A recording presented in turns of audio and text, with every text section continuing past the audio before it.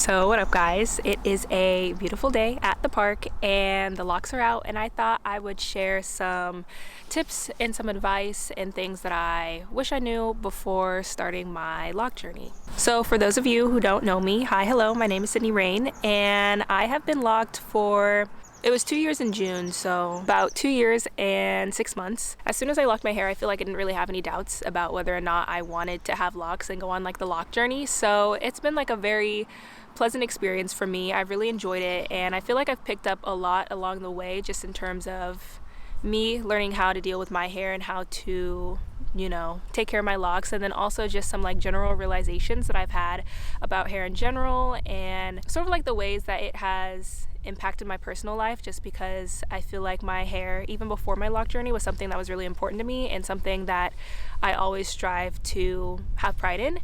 And so I feel like that was only amplified when I started my lock journey, and yeah, it's been like a cool little like evolution of self alongside the evolution of my hair as they've matured and they've grown. So yeah, I think I'm just gonna get right into it then. One thing that I wish I knew, or just kind of like realized before getting my locks, is nothing changes when you get locks. I think because locks is such a permanent style and people kind of view it as something that is really transformative, I feel like the very simple fact that your hair before locks is not going to change after you get locks. It's very much going to be your hair and everything that you did before having locks, and your level of involvement in your hair needs to sort of like translate to your lock journey, in the sense that before getting my locks, I had dedicated a lot of time to understanding my hair and what products work for it, and in general how to keep my hair healthy and growing. And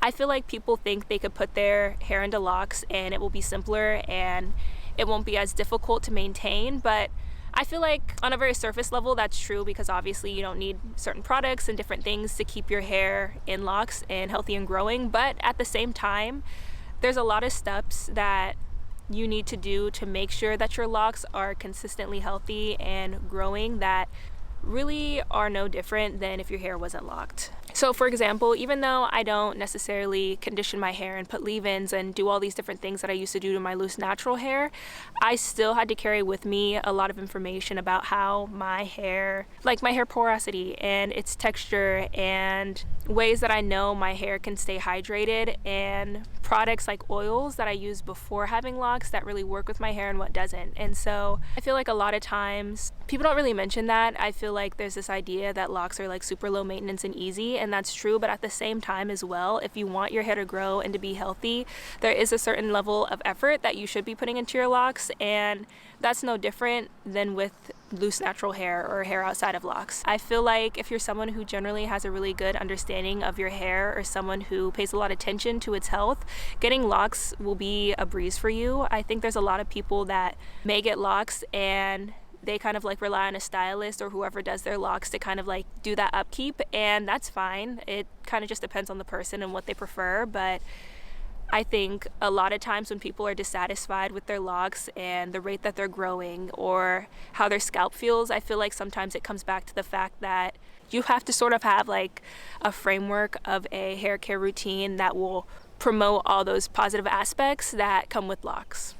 And honestly, I feel like if you take anything from this video, it should be that, because I feel like that sort of response right there is what I typically tell people when they ask me about locks. It's typically like my first, I guess, piece of advice to people who want to start locks, and it's just to know your hair, understand your hair and what works for it, so you could bring that information into your lock journey and really support yourself in a way that doesn't feel like you're on this journey and now you're learning how to do your hair while you're learning how to have locks and going through each stage. So if anything, I would like take that. If anything, take that.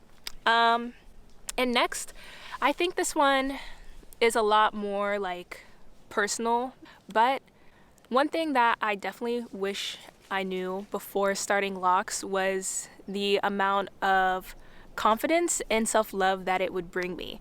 And I say that because when I think about who I was before my locks, I was someone who really didn't like to take pictures of themselves. I was like literally never satisfied with how I looked in photos, how my hair looked, and overall, I feel like there was just a lot of aspects of myself that I wasn't comfortable with. And since getting locks, I feel like it forced me into a position where I guess like actively decided that I would try and learn how to accept myself in the moment and accept the stages of my lock journey and sort of like release that control that I felt like I needed over my hair and how it looked all the time. Just because one thing about locks, and especially my locks, because I did do them myself, is they're very like imperfect, I guess you could say. Like, I don't consider them imperfect, but they're not uniform. Like, I have really small locks, I have big locks, and they scrunch and they do a lot of different things. And so that alone has made it difficult for me to, I guess, make my hair fit into a particular image or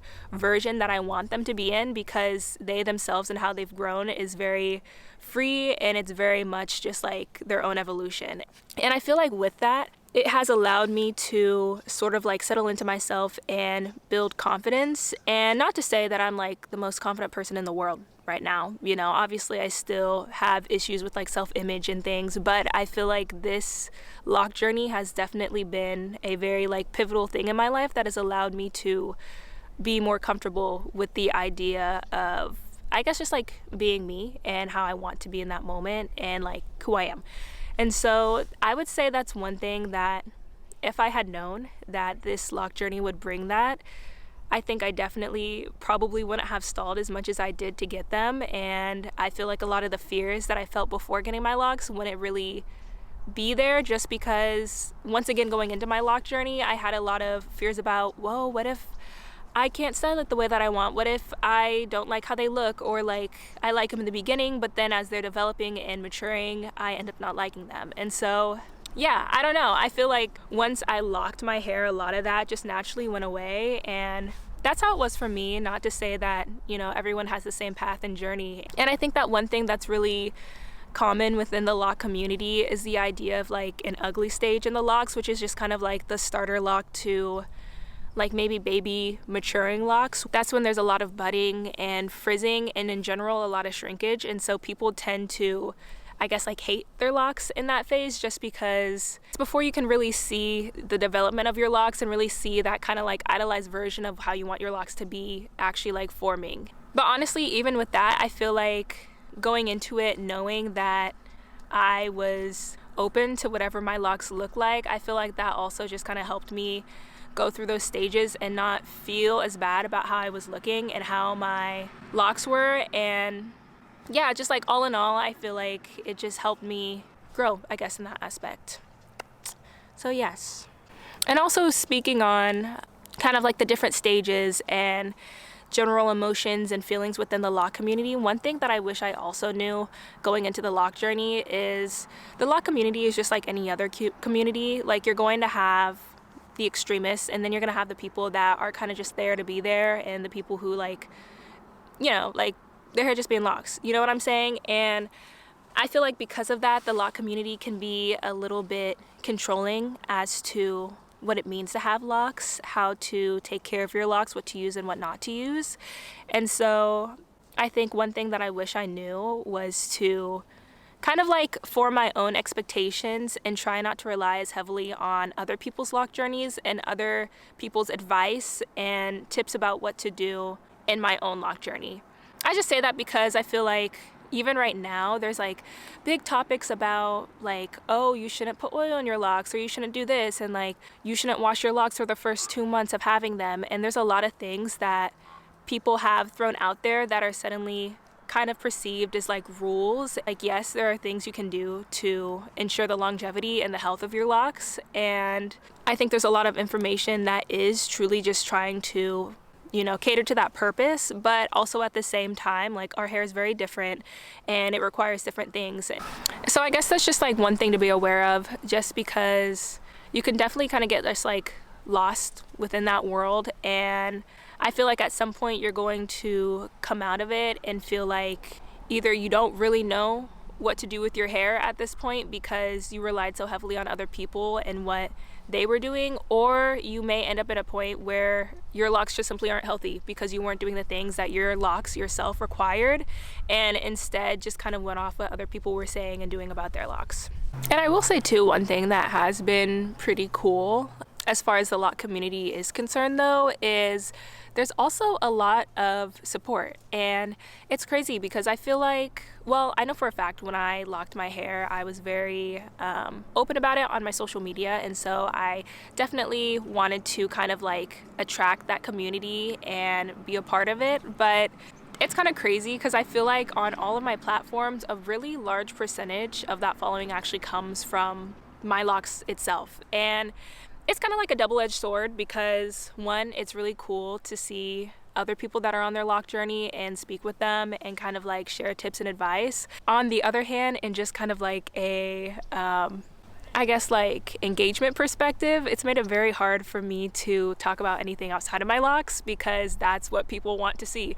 And I mean, I have no issue talking about my locks. I love them, but it's just kind of interesting because I would have never really expected to have that much support and to, you know, connect with so many people that are relatively on the same kind of like journey that I'm on, and just kind of seeing how we come together and support online and in public too, because I feel like whenever I see someone else with locks, like it's always like a talking point and it's a way to connect with someone. So that's definitely something that I wish I had known before getting locks as well, that there's such a community that comes behind it and it's kind of just like everywhere. And yeah, I think that's like super awesome.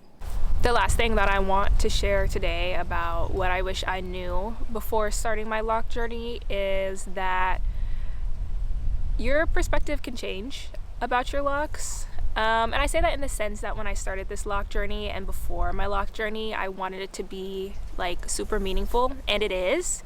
And I kind of decided to start my lock journey like alongside. Can y'all believe my camera ran out of storage? So yeah, I'm gonna finish up on my phone.